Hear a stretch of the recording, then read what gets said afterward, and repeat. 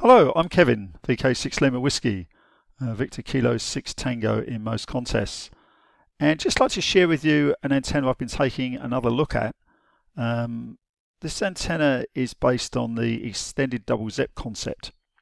So the extended double ZEP is a really popular wire antenna, single element wire antenna. It's been around for a long time, and it's got gain of around about 3 dBs over a dipole. So I've taken this a step further and extended the extended double ZEP, turned it into a double extended double ZEP, added some more elements on, and the results are quite interesting. And it's pretty well what's to be expected when you add more elements onto a single element wire. But we get a little bit more gain. We get about another 3 dBs on top of the extended double ZEP. So all of a sudden this single wire antenna is starting to look quite promising in terms of gain. But there's a trade-off. There's always a trade-off with some of these things, and just be interesting to run through some of the characteristics of this antenna with you. So you can see here the current distribution, the feed points in the center here. These are open wire line sections. The antenna is designed and scaled for 10 meters. So the total length of the antenna is around about 29 meters.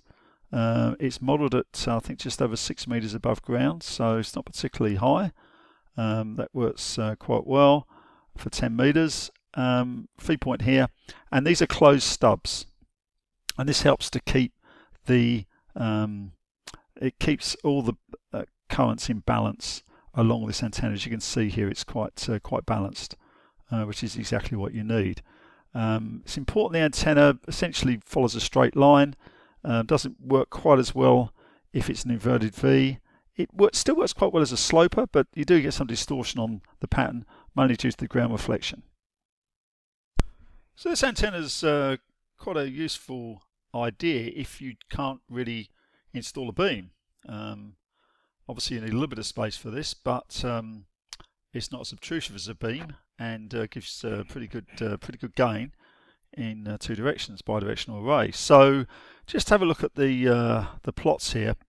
You can see the 3D plot, 3D render, gives you an idea of how narrow the beam width is. That's the trade-off. So if you have a look here, you see that we've got a beam width of I think around about 18 degrees between the minus 3 dB points here. It's quite defined. It's got pretty good rejection on the sides, so if you've got a path that's a favourite of yours, maybe North America or VKZL, JA, you might find that this could work really well if you can orient this in the correct direction. If you could mount 2 at right angles, that would also work. You can end up with 4 directions. You can have some gaps, but could work quite well. The match is pretty good. This section in the middle here, open wire line here with 75 ohm feed, get under 2 to 1 over 500 kilohertz, which is not bad. Design frequency there around about 28.2. So all in all, quite a simple antenna, not really difficult to construct. Always a good idea to keep it as flat as you can. If you can't, turn it into a sloper, and worst case scenario, maybe an inverted V, but make sure the included angle is something like 135 degrees, something like that, something that's pretty shallow. Otherwise, what tends to happen is this balance of the currents gets upset, and you don't get as much gain as you would otherwise. So the other interesting thing about this antenna is you can actually turn this into an omnidirectional antenna. Okay, you lose this pattern, you lose this really defined gain that you've got here, and the 13.54 dBi is pretty good gain. I mean, that's consistent with a 3 or 4 element beam, maybe even a 3 element quad. It's a very good gain figure, dBi, and that does include, of course, the ground reflection. So now, if you wanted to turn this into an antenna that's a little bit more omnidirectional, if we just focus to start with on the 10 meter band, it is possible to do that, and it involves just having a couple of relays on these stub points. So at the moment these stubs are closed. If you put a relay in here and open the stubs up, it's quite interesting what the end result is. So we can take those out, take that one out, and take out this one. And then we go back to a plot, and you can see here you're getting a Getting a cloverleaf pattern, really quite a nice cloverleaf pattern, 4 directions. The gain is obviously not as good because it's split between the 4 directions. You've got 7.99 dBi, but I mean really that's as good as a half-wave dipole, and then you've got 4 directions. Or maybe slightly better than a half-wave dipole, but anyway, it's consistent. And you can see here on the current distribution, it really breaks that up. It turns into a completely different antenna by opening up these stubs. So that's what would happen on 10 meters. The other thing you can do with this antenna is this feed line here can run all the way to the shack.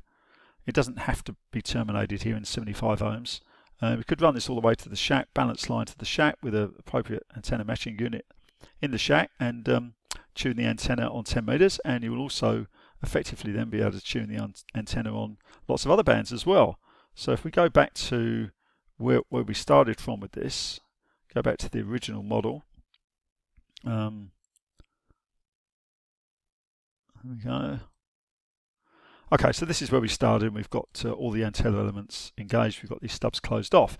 So without worrying too much about the match at the moment, if we took a look at 15 meters for this one, and we ran the plot, you can see here on 15, we've also got not a bad pattern. It's almost a cloverleaf pattern. So 8.04 dBi, which is not too bad. Omnidirectional antenna for 15 meters, and that's with all the elements engaged. Again, you need to make that adjustment in the shack on the match. This way you can do that with an LC match at the feed point, and maybe I can describe a little bit more about that in a future video. But this is just to give you an idea of what this antenna is capable of in terms of maybe being a multiband antenna as well as a directional beam antenna for 15 meters. Have a look on 20 meters here. So 20 meters, the pattern's a little bit high. I mean, this has got something to do with the fact this is only at 6 meters height, which is a little bit low for 20 meters, but you've got a nice bi-directional pattern there on 20. It'd certainly be quite a useful antenna.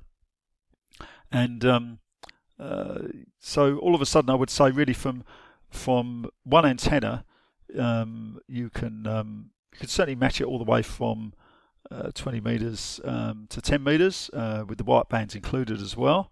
So let's have a look at maybe have a look on 10 megs, see how that looks.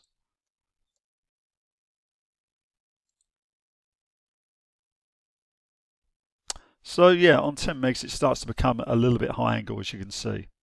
And again, that's really more to do with the let's have a look at the broadside here. Yeah, broadside's not too bad actually on 10 megs. It could be quite a useful antenna, 7.92 dBi. So all of a sudden you've got a 5 or 6 band antenna here that's going to perform quite well. I think on 7 megs it's definitely going to be a lot more high angle. And again, that's simply because of the height of this Y. If you would increase the height of the Y, you would definitely get a little bit more in terms of 7 megs is not too bad either. Again, quite useful. Gains dropping away there, 6.36 dBi. So 7 megs all the way to 10 meters, one antenna, open wire line, either back to the shack or by using a matching unit at this point here, or an LC network switched at this point here. And in all those other cases, apart from the 10 meter cloverleaf example, all these other cases, these stubs here are closed up. And you can see the current distribution there. It's it's quite well defined. So there we are. It's a useful sort of antenna. You do need around about 29 meters or around about 100 feet in imperial measurement to make this work. But it's certainly something that's worth considering. And having the gain on 28 megs is pretty useful. That band is still very active at the moment with the current sunspot cycle, and it's if you could get this pointing in the right direction, you're going to see the benefits of that very sharp gain. Obviously, you could easily scale this as well for 15 meters or 20 meters. It becomes a bigger antenna. You go to 15 meters, the antenna length becomes something more like around about 40 meters in length, something like that. and it'll have a little bit higher, maybe up around about 8 meters, but you get a very similar performance. All these measurements here would be proportional and would be fairly easy to scale up, the same for 20 meters. So that's the double extended ZEP, or double extended double ZEP, I should say. So too many doubles in there, and worthy of some consideration. Okay, 73s for now for me, Kevin, VK6 Lima Whiskey.